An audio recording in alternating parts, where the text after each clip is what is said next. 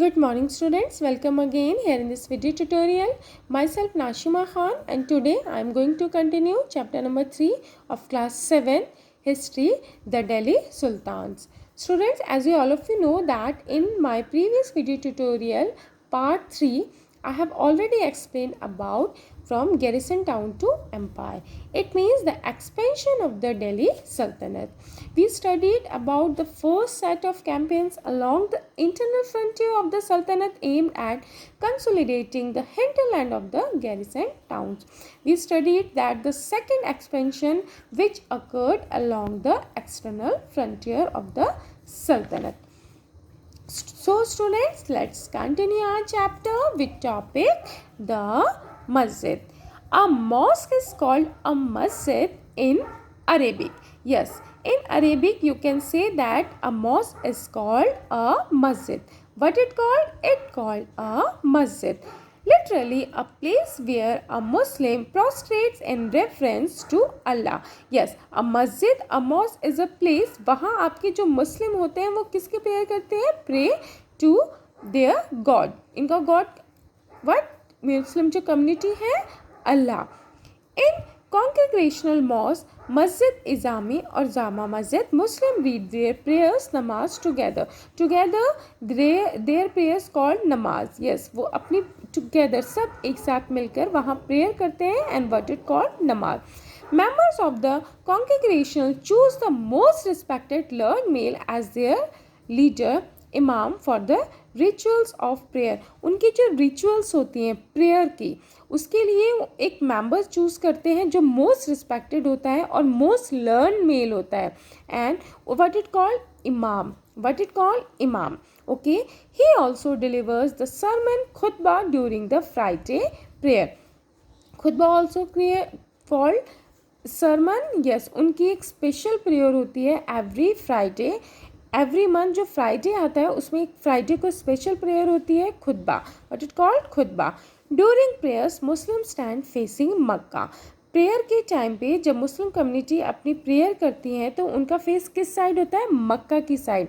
And in India this is to the west. Okay, India में जो आपकी Mecca की जो आप यू कैन से दैट की direction, which direction? It is to the west. This is called the Qibla.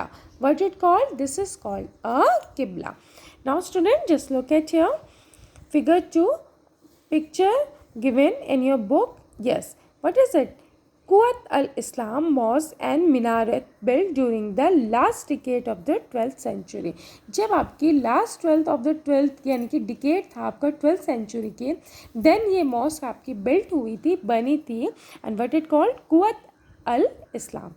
Okay, this was the congregational mosque of the first city built by the Delhi Sultans. Yes, by the Delhi Sultan, this was the first congregation mosque. Yes, in the city. जो आपकी city में first city में जो built हुई थी by the Delhi Sultan.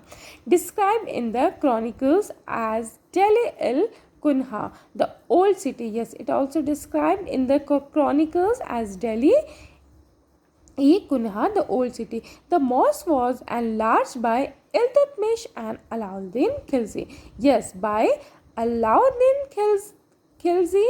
Sorry, by Alauddin Khilji and Iltutmish, the mosque was enlarged. Okay, and you know what? The minar. Yes, the minar was built by two sultans. Okay, by whom? By Qutbuddin Aibak and Iltutmish. Yes, by Qutbuddin Aibak and Iltutmish, the minar was built by two sultans. Okay, now just look at here also in figure 3, Begumpuri Mosque. Which mosque? Begumpuri Mosque, which is built in the reign of Muhammad Tughlaq. Okay, Muhammad Tughlaq के time पे बनी थी. Was the main mosque of Jahanpana. Okay, this was the main mosque of Jahanpana, the sanctuary of the world. His new capital in Delhi. So student, the Delhi Sultans built several mosques in the cities all over the subcontinent. Yes, all over the subcontinent you can say that the Delhi Sultans built several mosques. Okay, these demonstrated their claims to be protectors of Islam and Muslim. Yes, what they claimed? Yes, they claimed to be protectors of Islam and Muslim. And you know what? Muslims built, so that's why these mosques all over the subcontinent. And mosque also helped to create the sense of community of believers. Yes, what it helped to create the sense of community of believers who shared a belief system and a code of conduct. It was necessary to reinforce this idea of a community because Muslims came from a variety of background. Okay, got it? Two figures also given. Figure number 4, मौत की मस्जिद. Okay, मौत की मस्जिद, which was built in the reign of Sikandar Lodi by his minister. Okay, then look at here, one mosque also here in figure 5, mosque of Jamali Kamali, built in late 1520s. When it was built? Yes, it was built in the late 1520s. Student, just look at here. Next topic is a closer look administration and consolidation under the Khalzis and Tughlaq. Under whom? Yes, under the Khalzis and Tughlaq's administration and consolidation in the Delhi. Okay, the consolidation of kingdom as vast as the Delhi Sultanate needed reliable governors and administration.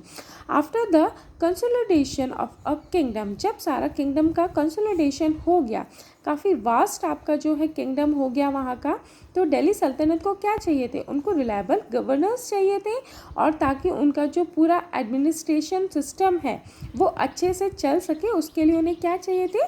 Reliable governors चाहिए थे and administrators चाहिए थे. But you know what बेटा, rather than appointing aristocrats and landed chieftains as governor, वो बिल्कुल पसंद नहीं करते थे किसको अपॉइंट करना? जो वहाँ के रिच लोग थे, रिच पीपल थे.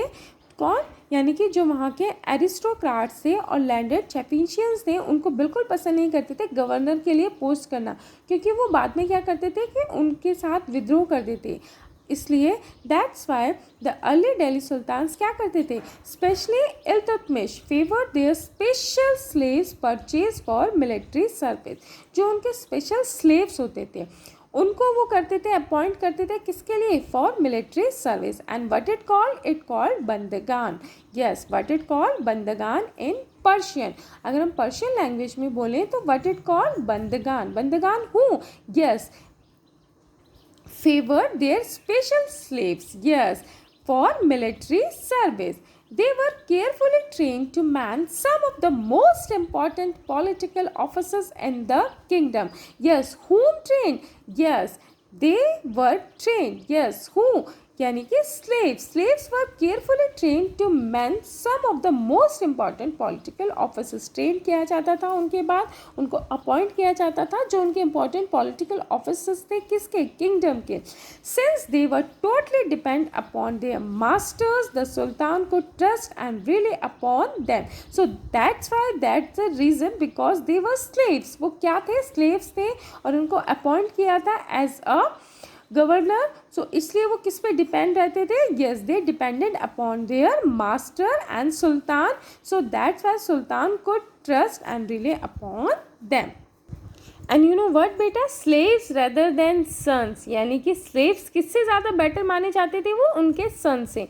Because a slave whom one has brought up and promoted must be looked after, for it needs a whole lifetime and good luck to find a worthy and experienced slave. Wise men have said that a worthy and experienced slave is better than a son. जो वैसे लोग थे, wise man थे, वो क्या बोलते थे कि एक जो स्लेव्स है वो एक सन से ज़्यादा बेटर है. वो सुल्तान को एडवाइस करते थे कि क्योंकि जो स्लेव था उसको प्रमोट करने के बाद वो पूरी लाइफ टाइम किस पे डिपेंड रहते थे? अपने सुल्तान पे, और उनके प्रति पूरे उनके लिए वर्क करते थे. So that's why wise man क्या कहते थे कि a worthy and experience slaves is better than a son. The Khaljis and Tughlaqs continued to use Bandagan and also raised people of humble birth who were often their client to high political position. Yes, whom continue to use Bandagan? Yes, Bandagan means जो वो slaves को promote कर देते थे as a governor. So whom? The Khaljis and Tughlaq. उसके बाद उन्होंने humble birth के लिए भी किया, who were often their client. Now just look at here. Client's meaning is same also. Someone who is under the protection of another, a dependent or hanger on. Yes, whom? A dependent or hanger on. They were appointed as generals and governors. वो उनको as appoint क्या किस किस के post पर appoint करते थे? Generals के और governors. However, this also introduced an element of political instability. Yes, उनकी क्या थी? ये एलिमेंट थी पॉलिटिकल किसकी? instability. Slaves and clients were loyal to their masters and patrons but not to their heirs. Heirs means sons. उनकी आगे family के लिए वो नहीं होते थे लॉयल, वो सिर्फ अपने सुल्तान और अपने मास्टर के लिए ही होते थे जिन्होंने उन्हें प्रमोट करा एज अ गवर्नर और ऊंची जनरल की पोस्ट पे. Okay, new sultans had their own servants. After this अगर उनके सन आते थे, यानी कि अभी एक सुल्तान है, अभी किंग है, उसके बाद उनका सन जो है, उनका सन आएगा, तो जब न्यू सुल्तान आते थे तो उनका क्या होता था? Had their own servants. उनके पहले से ही अपने क्या होते थे? ओन सर्वेंट होते थे. As a result, accession of a new monarch often saw conflict between the old and the new nobility. So that's why there were conflict. But there were conflict between the old and the new nobility. Conflict हो जाता था किस किस के बीच में? New and old nobility के बीच में.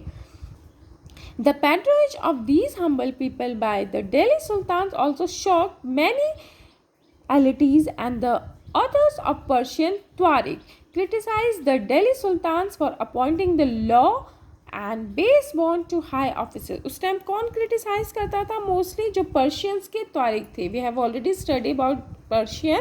सो वो दिल्ली सुल्तान्स को जो अपॉइंट करते थे लो एंड बेस बॉर्न के लिए, हाई ऑफिसर्स के लिए, वो काफ़ी क्रिटिसाइज होते थे इस वजह से. Okay, so that's why for appointing the low and base born to high officers. जो उनके लो एंड बेस बॉर्न लोग थे उनको वो हाई ऑफिसर्स में अपॉइंट करते थे. That's why. Just look at here, officials of Sultan Muhammad Tughlaq. Some officials given here. Whom officials? Yes, officials of Sultan Muhammad Tughlaq. Sultan Muhammad Tughlaq appointed Aziz Khummar, a wine distiller. एक wine बेचने वाले थे जो वो डिस्लर. फिरोज हज़म अ barber, एक barber को appoint करा. हूँ? फिरोज हज़म. Banka Tabak, a cook, and two gardeners also, Lada and Pira. Yes, to high administrative post. इनको ने अपॉइंट किया. Ziauddin Barani, a mid-14th century chronicles reported their appointment as a sign of Sultan's loss of political judgment and his incapacity to rule. तब ज़ियाउद्दीन बरानी थे जो mid 14th century में एक Chronicle थे. उन्होंने क्या करा कि ये बिग लॉस है पॉलिटिकल जजमेंट का, किसका? और सुल्तान की कैपेसिटी टू रूल का. Now, like the earlier sultans, the Khalji and Tughlaq monarch appointed military commanders as a governor of territories of varying sizes. Yes, same as earlier sultan. Whom? The Khalji and Tughlaq monarchs also appointed military commanders. But they were appointed? Yes, they were also appointed military commanders as governor of territories of varying sizes. जो पूरी उनकी kingdom थी उसको different जो territories थी, मान लीजिए पूरी आप उनकी किंगडम है, डिफरेंट जो टेरिटरीज हैं उन टेरिटरीज के लिए उन्होंने एक गवर्नर पूरे अपॉइंट कर दिए, कमांडर्स जो उनको कमांड कर सके, governor. Okay, these lands were called iqta. जो अलग अलग लैंड्स थी, what it called? Yes, it were called iqta and their holder were called ikhtiyardar और मुक्ति. अब वो जो अलग अलग लैंड थी पूरी उनकी किंगडम्स में, उन्होंने उसके बाद उसको दीज लैंड को क्या कहा? इक्ता कहा. और जो उनको होल्ड करे, जो उन पे होल्ड करे, जो उनका मेन वो हेड हो, तो उसको उन्होंने क्या करा? इक्तादार और मुक्ति. The duty of the Muktis was to lead military campaigns and maintain law and order in their इक्ताज. जो ये अलग अलग लैंड थे उनको उन्होंने इक्ताज कहा, तो इक्तादार उनको होल्डर बना दिया गया और मुक्ति. तो इन मुक्तीस की क्या ड्यूटी थी कि वो जो मिलिट्री कैंपेन्स एंड वहाँ क्या मेंटेन करें, लॉ एंड ऑर्डर, कि उनके जो इक्ताज हैं, उनके जो लैंड हैं, उनके लैंड्स पे रहने वाले जो हैं लोग हैं, उनके बिल्कुल मेंटेन लॉ एंड ऑर्डर से रहें. In exchange for their military service, the Muktis collected the revenues of their assessment as salary. Yes, what they were collected? Yes, they were collected the revenues of their assignment as a salary. Okay, they also paid their soldiers from their revenues. वो अपने soldiers को भी क्या करते थे, पे करते थे इन revenues में से. Control over Muktis was most effective if their office was not inheritable and if they were assigned iktaz for a short period of time before being shifted. Yes, जो उनका कंट्रोल था किस पे, मुक्तीस का जो कंट्रोल था was most effective if their office was not inheritable. अगर उनका जो ऑफिस है वो क्या होता, most इनहेरिटेबल नहीं होता, और अगर वो असाइन किए जाते शॉर्ट पीरियड ऑफ टाइम के लिए शिफ्ट करने से पहले. So that's why these harsh conditions of service were rigorously imposed during the reigns of Alauddin Khilji and Muhammad Tughlaq. इस वजह से उनको काफ़ी प्रॉब्लम होती थी क्योंकि उनका जो क्या था, उनके जो ऑफिसर्स थे वो इनहेरिटेबल नहीं थे और वो शॉर्ट पीरियड टाइम पे क्या किए जाते थे, शिफ्ट किए जाते थे. सो ये काफ़ी हार्श कंडीशन होने लगी किसके टाइम पे, अलाउद्दीन खिलजी और मोहम्मद तुगलक के टाइम से. Accountants were appoint by the state to check the amount of revenue collected by the muqtis. ऐसा नहीं है कि सारी रिस्पॉन्सिबिलिटी मुक्तीज को ही दे दी, सारी रिस्पॉन्सिबिलिटी इक़्तिदार को ही दे दी. किसकी, कि उनका जो इक्ताज है वहाँ से रेवेन्यू कलेक्ट करो और आपका हो गया. नहीं, ऐसा नहीं था. उन्होंने क्या किया कि उनके ऊपर भी किसको अपॉइंट करा, अकाउंटेंट्स को अपॉइंट करा. किसको अपॉइंट करा, accountants were appointed by the state. Yes, उस स्टेट के ऊपर अकाउंटेंट्स को भी अपॉइंट करा. For what, to check the amount of revenue collected by the muqtis. जो रेवेन्यू कलेक्ट कर रहे हैं मुक्तीज, उनको चेक करने के लिए. Care was taken that Mukti collected only the taxes prescribed by the state and that he kept the required number of soldiers. Yes, कि वो जो revenue है जो collect हो रहा है, only the taxes prescribed. किसके prescribed पे होना चाहिए, वो taxes prescribed के होना चाहिए. जो किससे collect हो रहा है आपका, by the state, and that he kept the required number of soldiers. और जो उनके पास required number of soldiers हैं वो अच्छे से वो उनके पास रहे.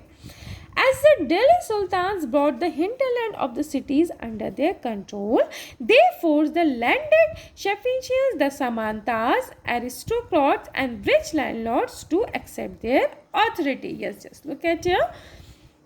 दिल्ली सुल्तान से ब्रॉड कर लिए थे हिंटरलैंड सिटीज़ जो उनके अंडर कंट्रोल आ गए थे. तो वो क्या फोर्स करने लगे कि उनके जो लैंडेड, जो उनके शेफिशियंस थे और जो समानताज थे, जो एस्ट्रिकॉट थे और रिच लैंडलॉर्ड थे, कि वो उनकी अथॉरिटी को क्या करें, एक्सेप्ट करें. Yes, and rich landlord want to accept their authority. Under Alauddin Khilji, the state brought the assessment and collection of land revenue under its control. Yes, under whom? Under Alauddin Khilji, the state brought. State क्या brought करता था? Assessment and collection of land revenue under whom? Under the control of Alauddin Khilji.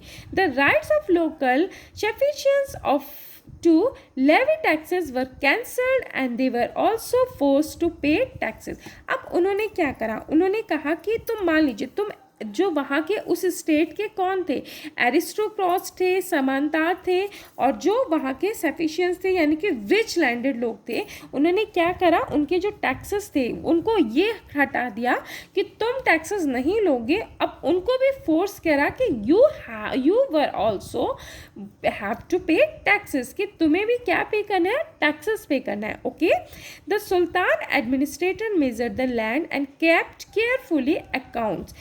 अच्छे से उन्होंने land को क्या किया, measure किया, और जो उनका कैप्ट किया पूरे रिकॉर्ड और उसको अकाउंट्स को पूरे अच्छे से उन्होंने रखा. Okay, then you know what, Now just look at here. Some of the old chieftains, the landlords of the Sultanate as revenue collectors and accessors. Yes, जो old sufficients थे और landlord थे उन्होंने क्या सर्व करा सल्तनत को as a revenue collectors and accessor. You know what beta?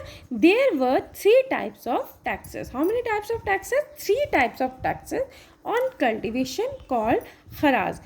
Okay, and amounting to about 50% of peasants' produce. Yes, how much percent? 50% of peasants' produce on cattle and on houses. These 3 types of taxes were there that time. It is important to remember that large part of the subcontinent remained outside the control of the Delhi Sultanate. इतना consolidate करने के बाद भी, इतना expand करने के बाद भी लार्ज पार्ट था जो आउटसाइड था किसके कंट्रोल में? दिल्ली सल्तनत के. It was difficult to control distant provinces like Bengal from Delhi and soon after annexing southern India. Yes, तब भी काफ़ी पार्ट बच गया था किस साइड का? साउदर्न इंडिया का. जैसे आप यू कैन से दैट कि बंगाल से था, बंगाल से दिल्ली के बीच का भी जो था. So the entire reason became independent. जो बाकी का जो उनका एंटायर रीजन था वो कैसा था? वो इंडिपेंडेंट था. Okay, even in the Gangetic plain there were forested areas. जो गैंगटक प्लेन था वहाँ क्या था? फॉरेस्टेड एरिया थे. सो दैट सल्तनत फोर्स कुड नॉट पेनिट्रेट. इसलिए सल्तनत तो वो फोर्स नहीं कर पाती थी. किसके लिए? Could not penetrate. लोकल सफिशियंस establish their rules in these region. जो वहाँ के लोकल सफिशियंस थे उन्होंने क्या करा? अपने रूल बना लिए जो किसके कंट्रोल में नहीं हो पाया? दिल्ली सुल्तान के कंट्रोल में नहीं हो पाया. Sometimes rulers like Alauddin Khalji and Mohammad Tughlaq could force their control in these areas but only for a short duration. Sometimes hmm? Yes, Alauddin Khalji और मोहम्मद तुगलक ने फोर्स किया कि वो उन एरिया को भी अपना पूरा कंट्रोल कर सके, बट वो क्या कर नहीं कर पाते थे, सिर्फ शॉर्ट ड्यूरेशन में ही कर पाते थे. उसके बाद वो अगेन अपने उसमें ही बिजी हो जाते थे. Okay, now student just look at here chieftains and their fortification. Ibn Battuta. Who? Ibn Battuta, a 14th century traveler from Morocco. जो 14th century के traveler थे कहाँ से? मोरक्को, अफ्रीका से. explain that chieftains sometimes कि वो कैसे खुद को fortified करते थे, कैसे खुद को छुपाते थे. fortified themselves in mountains, in rocky, uneven and rugged places as well as in bamboo groves. In India, the bamboo is not hollow, it is big. Yes, how? In India, bamboo is not so hollow, it is big. Its several parts are so intertwined that even fire cannot affect them and they are on the whole very strong. Okay? Now student, just look at it. The Mongols under Genghis Khan invaded Transoxiana in northeast Iran in 1219 and the Delhi Sultanate faced their onslaught soon after. Mongols के under में जो थे कौन? जेंगिस खान. उन्होंने काफ़ी क्या करे? हमले करे. इवन कहाँ? ट्रांसऑक्सियाना में भी, नॉर्थ ईस्ट ईरान में भी. व्हेन? 1219 में. एंड इवन दिल्ली सल्तनत ऑल्सो, दिल्ली सल्तनत ने भी फेस करे.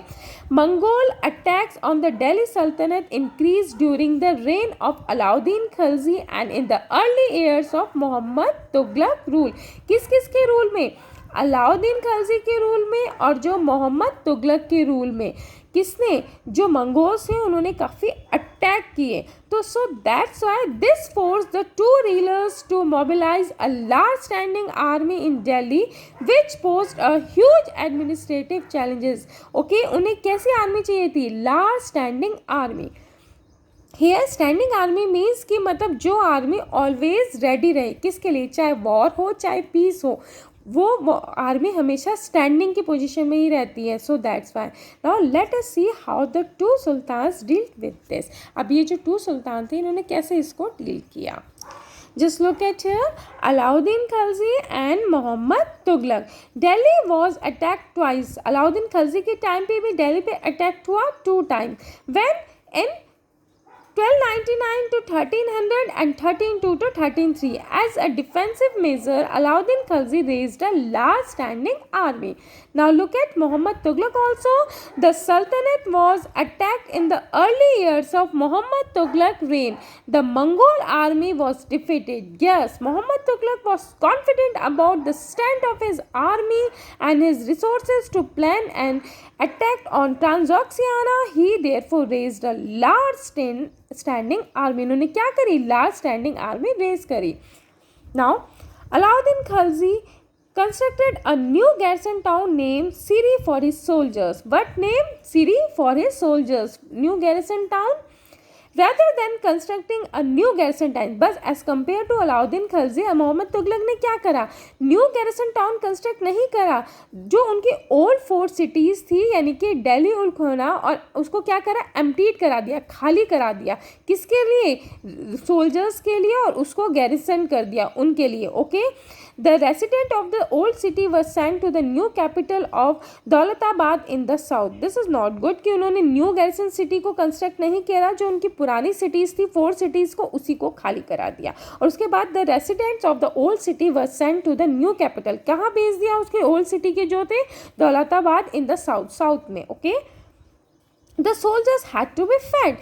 This was done through the produce collect as taxes from land between the Ganga and Yamuna. Yes, from the land between the Ganga and Yamuna.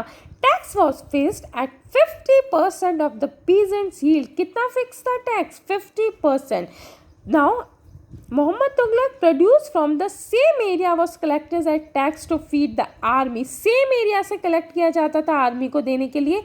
But to meet the expense of maintaining such a large numbers of soldiers, the Sultan levied additional taxes. क्या करते थे वो? Additional taxes करते थे. This coincided with famine in the area. क्या था ये? काफ़ी जो एरिया में थे famine होने लगा.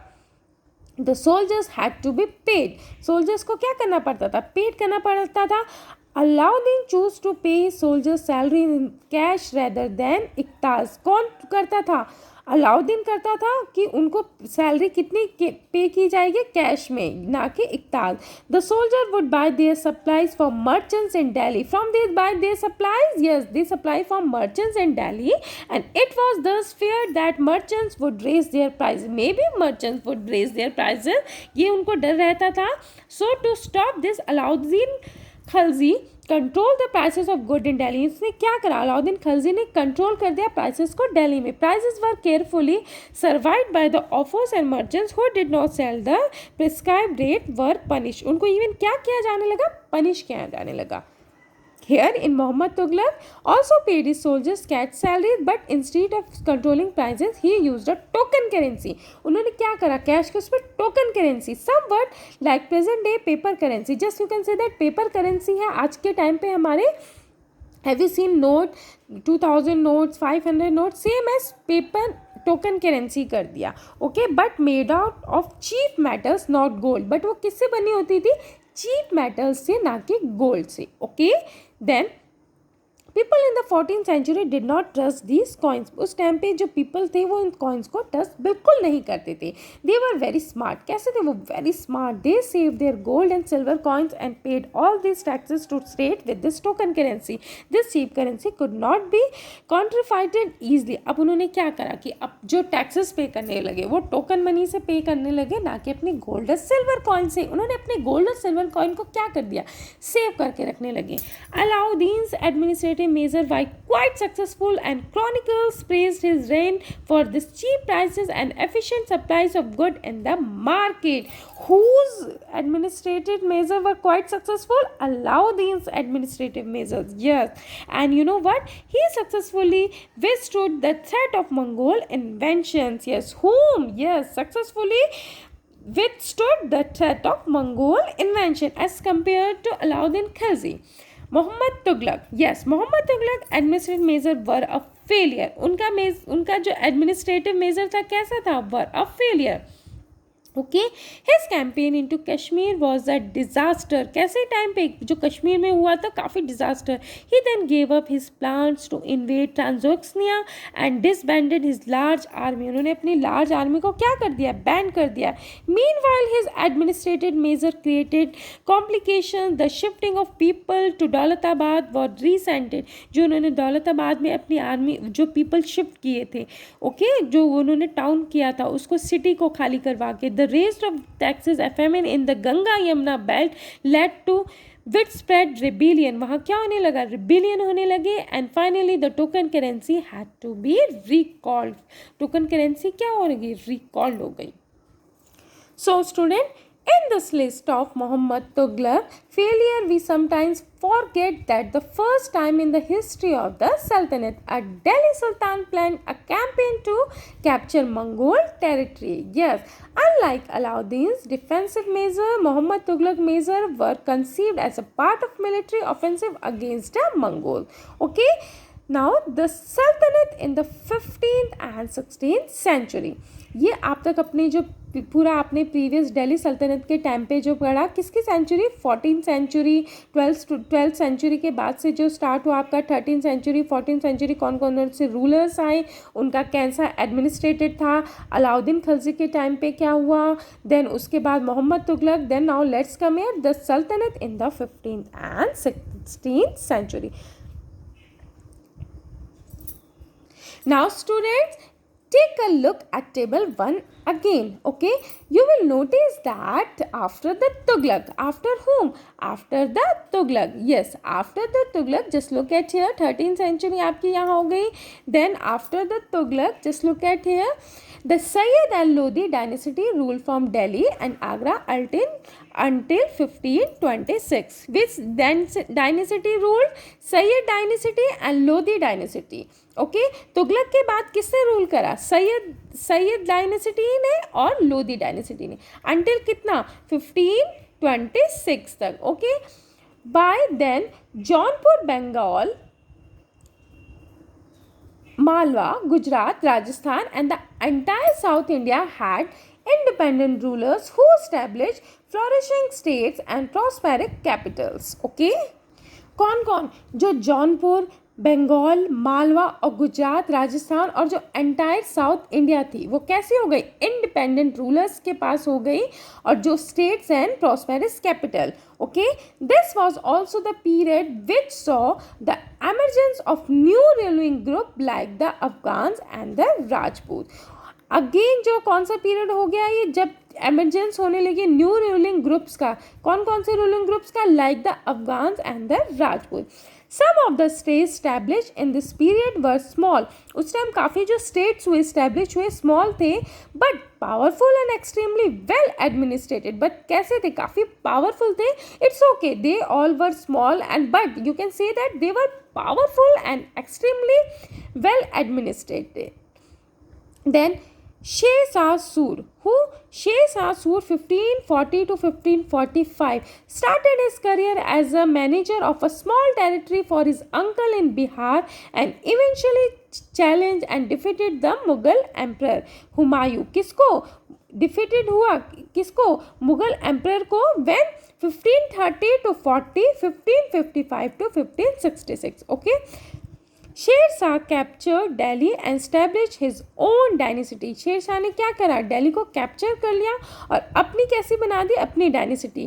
Although the Suri dynasty ruled for only 15 years. उन्होंने कितना सूरी डायनेसिटी ने रूल किया, only 15 years. When 1540 to 1555, only 15 years. Okay, then it introduced an administration that borrowed elements from Alauddin Khilji and made them more efficient. कैसा बनाया उन्होंने वहाँ के administration को, काफ़ी अलाउद्दीन खिलजी से भी ज़्यादा मोर एफिशिएंट बनाया. Sher Shah administration became the model followed by the great emperor Akbar. Yes, उसके बाद जो था शेर शाह का एडमिनिस्ट्रेशन कैसा बना, मॉडल, उसको फॉलो करा. किसके बाद, किसने फॉलो करा, ग्रेट एम्परर जो अकबर थे, जो हम नेक्स्ट चैप्टर में पढ़ेंगे आपको, Mughal emperor. 1556 to 1605 when he consolidated the Mughal empire. So student, your next chapter में जब हम रीड करेंगे मुगल एम्पायर के बारे में. Okay, Now that's it. Thank you all of you. Have a nice day ahead.